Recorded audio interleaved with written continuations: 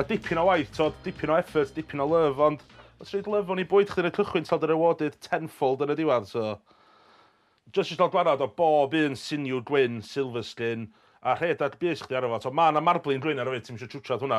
Just y partia tuff o yma, ti'n gallu teimlo fo, mae math ar rybr. Mae Roxy yma, dod i ddod o. Felly smelio Sdêc o milltiroedd i ffwrdd Roxy. Yndwt? Yndwt?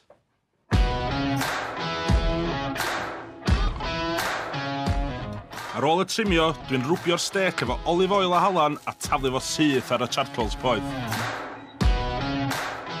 Pan ti yn cwcio y fydr yma stret ar y charcoals, rhaid i'r chdi'n ei siŵr bod o'n lumpwr charcoal. Ti ond rili'n enjoyo'r Sdêc yma yn rare neu medium rare, os ti'n mynd efo unrhyw mwy na hynna, mae'n mynd eitha teiar, twod. Peidiwch o ddofyn unrhyw darn o charcoal sy'n sticedd o neu darna sy'n mynd ddu, twod. Mae hwnna'n pure flavour, mae'r pren ma'n hollol naturiol. Fatha scene o Apocalypse Now, ynddi?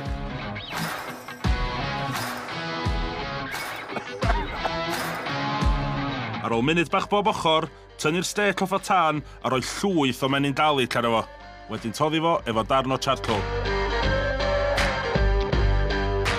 Gadael o restio am 10 munud, a mae'n barod i smasho.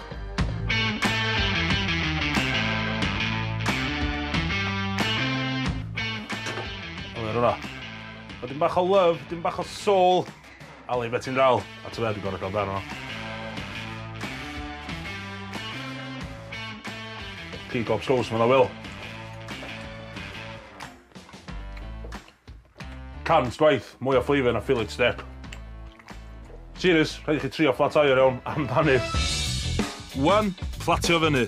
Dwi'n ei Caesar dressing bach yn iwsio garlic, anchovies, melynwy, juice a zest lemon, parmesan, olive oil, Worcestershire sauce a llond llwy o fwstard Dijon. A gan bod y barbecue'n boeth, dwi wedi chario lettuce. Ma'n next level. Ac i adio crunch, croutons crispy, di ffrio mewn olive oil a thyme. So na fo, ia?